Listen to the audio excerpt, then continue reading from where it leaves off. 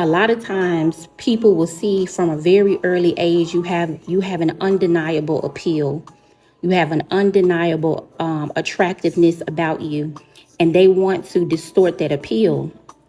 And so, as I said, a lot of people have lost their way from a broken heart. So, one of the greatest ways, this spirit tries to enter and infiltrate a person's life and attach to their identity to change the trajectory of their life is by sometimes terrible counsel, right? Somebody earlier said that their mother tried to get them, their mother wanted them to be pregnant, right? Like out of wedlock, I'm assuming.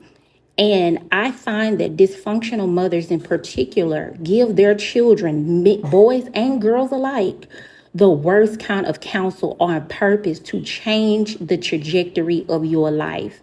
So if you are a young girl and you're pretty and you're coming into your development and your body and everything is coming into whatever development, they will give you poor advice, and it's always out of lack and survival. They will tell you to use your beauty to seduce, to allure men to you, right, with the objective to gain money. And mothers do this, grandmothers do this as well. They will live their lives vicariously through their daughters and through their granddaughters, and they will give them horrible advice, knowing that taking that advice could possibly derail their lives forever. And so sometimes, a lot of times, you'll be judgmental of a person because you see they got a house full of babies and they're under 25 or something, but we don't know what type of household they come from. Sometimes their mothers, is the PIMP who gave them horrible counsel and told them to date older men for money and, use your womanly prowess and use your sex appeal and sensuality for your gain, but at what expense? And so from a very early age, there's a mark that has already been set, man. It has already been set. Same thing with young women who are coming from extreme poverty and their mothers tell them to have a child so they can get some type of benefits, right? So that they can try to get quote unquote, get ahead in life or some type of level of stability, but you're setting the person up in a spiritual web of nonstop entrapment under the guise of counsel and it's horrible advice. What you say? You said, you say this your first live? Shout out to you. Thank you so much for your time, space, and energy. I was in it. What they say, she says, it was no problem when I was being a harlot, but when it switched, it was a pretty, what you say, it was a pretty what? Oh, a problem. That is a fact. If you think about it, and this is how you know it is spiritual warfare. When you was in darkness, that just means lust, pleasure, self-destructive behavior, being promiscuous, just kind of doing whatever you wanted to do with no real intent and no healthy future involved. Everybody cool. Ain't no problems. Ain't nobody looking your way. You ain't being heavily monitored. It's because you're already in the clutches of darkness. So there's no need to go bother you because you've already submitted and agreed to darkness because you're engaging in that type of behavior. But the moment you showed yourself self-love and created a boundary, like I'm not going to let any and everybody just come into my energy, come into my life. I'm not going to share my space, my time, my body with just anyone. You are engaging in self-love and self-preservation. That's a problem. Because at one time you were self-destructive and it was okay. Now you're self-preserving. Now that's an issue. That's a spirit. That is a spirit that does not like self-love, that does not like someone trying to conserve their energy, conserve their life, and to prolong their life on this planet. So it'll create obstacles in your life in the form of like dysfunctional family, giving you bad advice, trying to entice you to come out to the club, trying to entice you to drink and all of this so that you can make poor judgment calls for your life. And it's not the people, it's the spirit, because the objective is to pull you away from stability, even stable love. Okay? when we look at the Bible, if you look at the Bible from the beginning is the relationship, is the love affair between a man and a woman.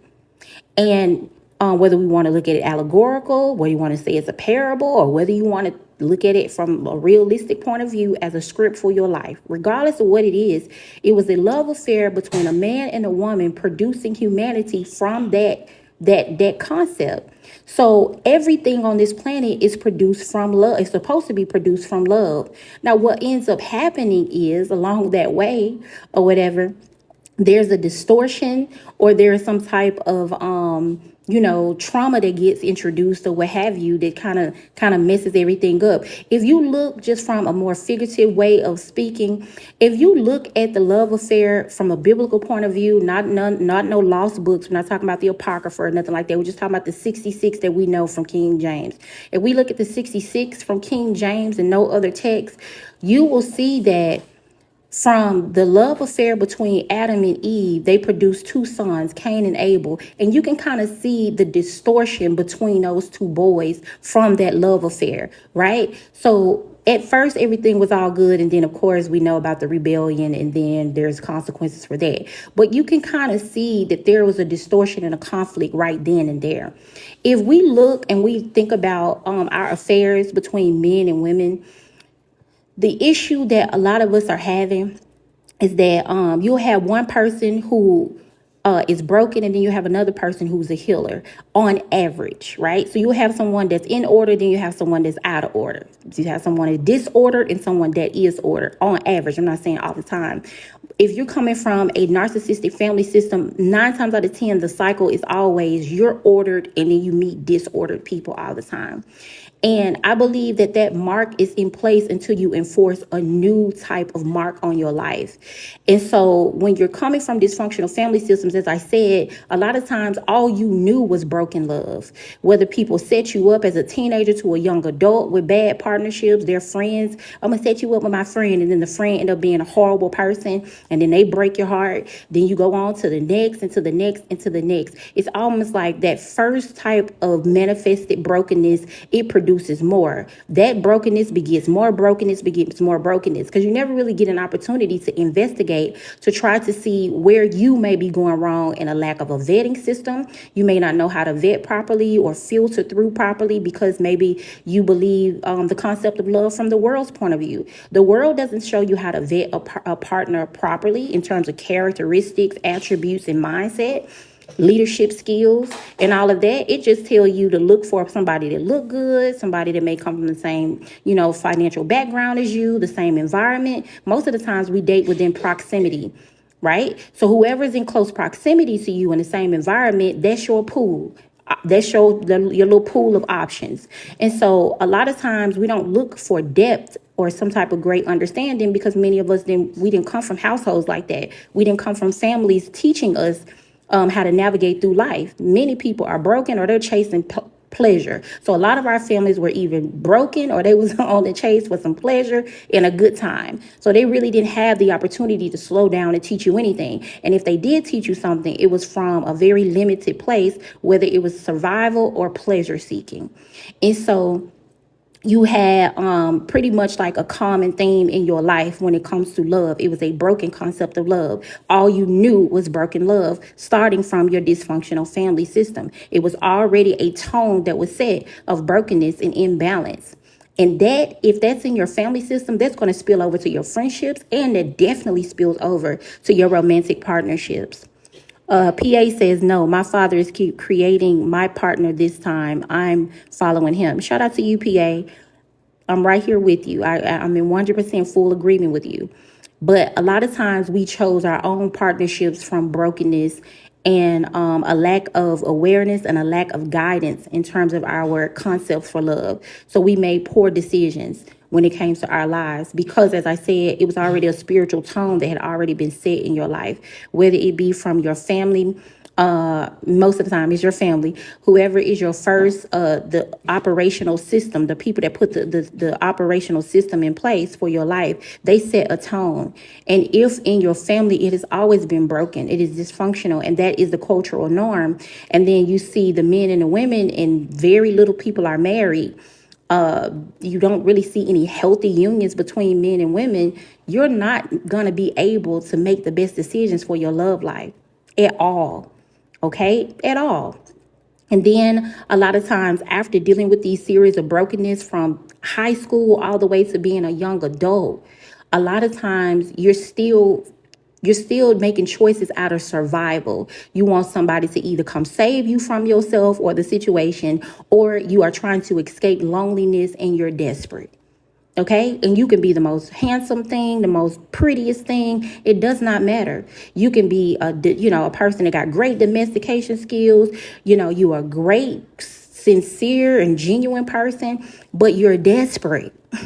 Okay. You're desperate to engage in company with someone because you have codependency issues. So when you cannot be in your own company for a long extended period of time, you do not know what you like and what you don't like. You don't. All you know is the superficial surface stuff, like maybe how tall the person is, or how stacked up the body is, or skin color, or something like that. But when it comes to character, mindset, is this person going to help me propel and push my life forward? Are they going to help me stay on the straight and narrow? Like, most people are not looking at anything like that. They're not looking for anything for a long time. They're just looking for a little company for a short time and for a good time. But it is those short and good times that creates not only a perpetual cycle and set a tone for our lives, but it also leads to permanent decisions in a temporary situation. You meet these people, you're spiritually immature, they're spiritually immature. You don't really know what to look for in terms of dating for your future. You're just dating for right now. And you end up with people who are just like your toxic and dysfunctional family. Don't matter what they look like, doesn't matter what the tax bracket is, doesn't matter what side of town they come from. The characteristics are still the same. Soon as you meet people, it's a fast go. It's already go mode. From the time you meet them, y'all already pretending like it's established and it's not. And I find that when you are not living your life slowly and taking your time, you do not know how to vet people right, jobs right, relationships right, partnerships, nothing, friendships, you don't know. Because you're in escape mode. You keep trying to escape from your situation, your money woes, your environment, and all of that.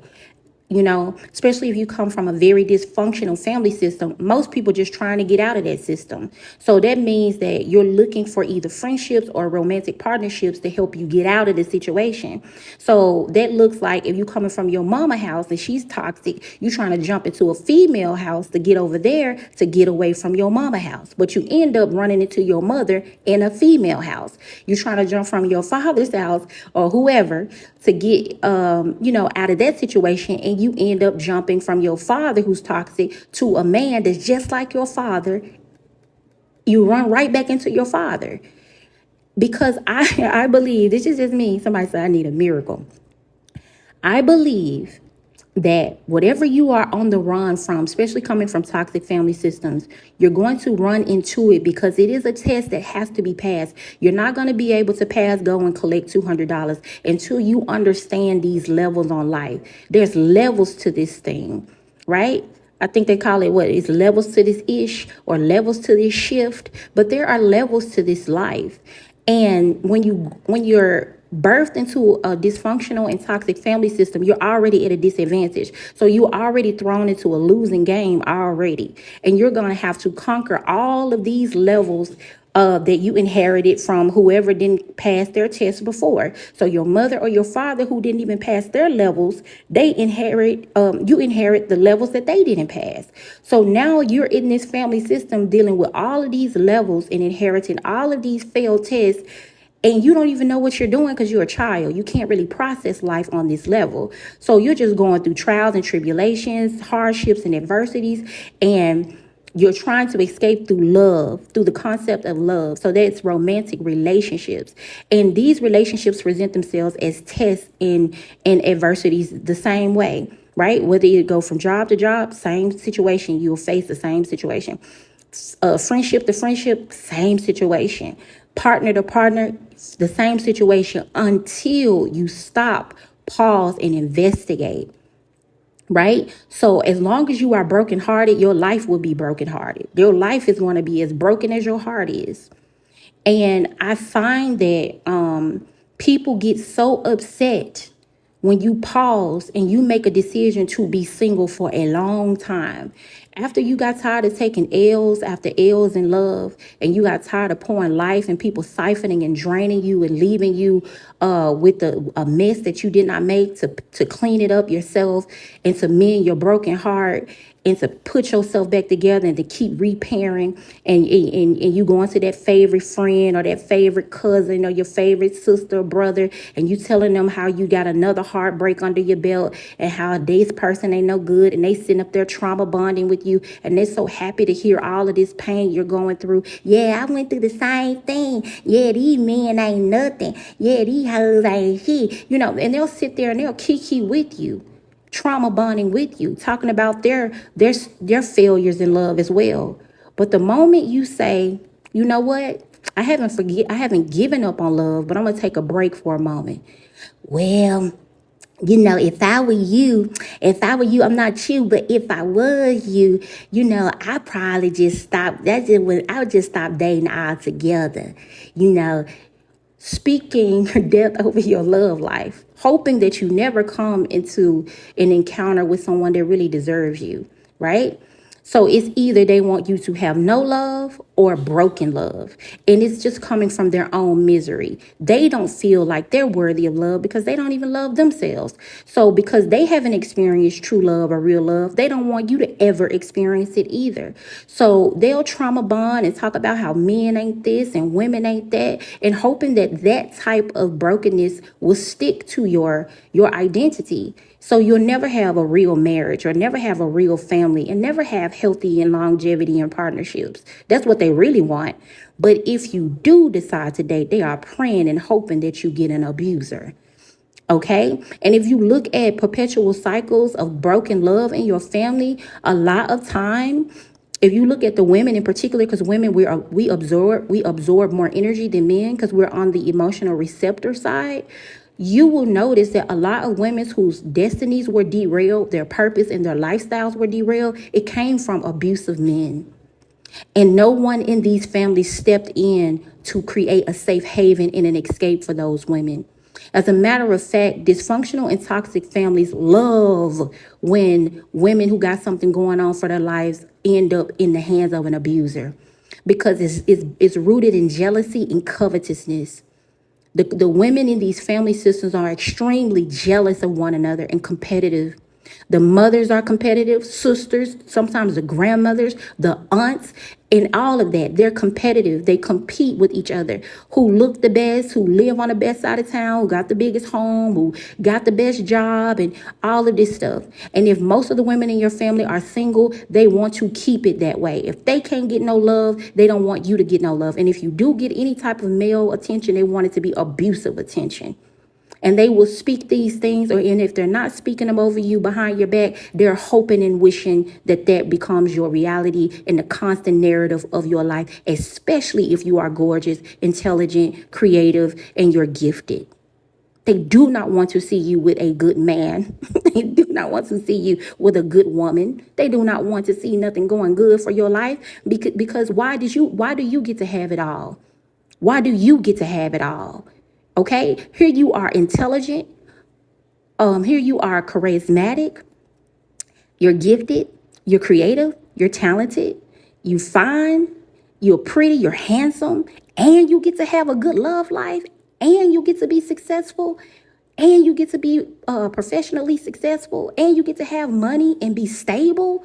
There are some sick people who do not want to see that become your reality because they don't see it for themselves, or they have yet to experience it, especially older dysfunctional women and men in these family systems. They didn't have it. They didn't get to experience it. So why should you? And they get to speaking over your life in the opposite of success, prosperity, and abundance. especially in love. Going back to what I said before, if you can break a person's heart, you can pretty much break their spirit and their mind. There are some people who have had their heart broken and they never came back to life. They never came back to life. That is a serious thing. To be so heartbroken that you lose your mind. I've seen it happen. To have an abuser in your life to abuse you to the extreme where you go mad and you never come back to yourself and never get your sanity back. There were women who were on their way, in particular women, but sometimes men can go through this as well, especially if you are genuine and sincere men, because there's not too many men who are consciously operating in that energy because they have been conditioned to be doggish and savage. But when you have men and women who are, everything they touch turn to gold, they're healers by nature. And I mean this, like they could come from a broken situation, but they just have the mark, just a certain anointing over their lives where they're just natural healers. So they can come into dead situations and just bring it back to life. As soon as you come into their presence, it's an instant rebirth because they shift energies because they're extremely positive and optimistic. Even if they come from bad circumstances and bad situations, these are your chosen people. These are your anointed people. These are your gifted people. These are the healers of the world. So they have already had a preset within them to be of service, to be humanitarians and be philanthropic. So everywhere they go, they turn dead flowers and make them bloom again. And so they just have that ability. But these people end up not just attracting just bad folks. They accept these bad people because somewhere within them, they feel like it is their duty, right, to be some type of build-a-bear and to save people from themselves. That's not our job. Christ saved us, okay? They don't need you. They need Jesus. So what ends up happening to a lot of people is they become addicted to saving the day before they learn their worth. You don't completely know your worth. Just because you have the ability to save and help somebody don't mean that they need you to do that. Sometimes they need to be drugged through the mud in life and come to their own conclusion about what they're wanting to do at their spiritual rock bottom. You don't have to come in and captain save people from themselves. But many of us, we have been conditioned from toxic family systems to save everybody at our own expense. We've been doing this since we were kids. Whether you've been parentified, coming home as a latchkey kid, your mama not home, your daddy not home, nobody's ever at home. You got to make your own food, make your little cold cut sandwiches. Then you got to make sure your clothes is ironed. Then you got to make sure you get to bed on time. Then you got to make sure you get up, walk to school. Like we've been parentified from an early age to be the givers and the givers and the givers. And that don't change as an adult. So the people that you end up attracting and meeting in life, they're the same, just like your family. Expecting you to carry the load in life. And then once they see all of your ability to resuscitate things from the dead, they're expecting that and become entitled. And then if you, after they get through abusing your ability to do that, then that's when they want to drop you like a bad habit. And then when you decide to take that L, that heartbreak, and you separate and go your separate way, because that's what we do, right? We take a lick and we keep on ticking. You leave with nothing but your peace of mind and your heart broken in your hand. Once you get back in your own energy and you decide to take a break from all this dating and get yourself back in your own energy and get isolated and alone, because you have the ability to resuscitate and bring all of this stuff back to life, you can do the same to yourself. So if you could heal other people, you can surely heal yourself, right? You don't have anyone else interfering in your energetic field. So now here you go, person who is a natural healer, anointed to bring dead things to life. Now you get by yourself, decide to be single, and now you bring yourself back to life. When people see that demonstration after seeing you take a L and a heartbreak of a lifetime, and they don't see you come from zero, and in a matter of 2, 3, 6 months of being by yourself, being in the dark, nobody see you, everybody laughing about you, everybody talking about how you got your heart broke, how you got abused, how you got drugged to the mud, how you got dogged out, how the person did you so wrong. When you go in your own energy and you go in the dark and you do your work, when you come out, you're unrecognizable. Now you done glowed up. Now you've leveled up. Now you've elevated within yourself, and now you have ascended. It is in that moment that abusers turn up the heat.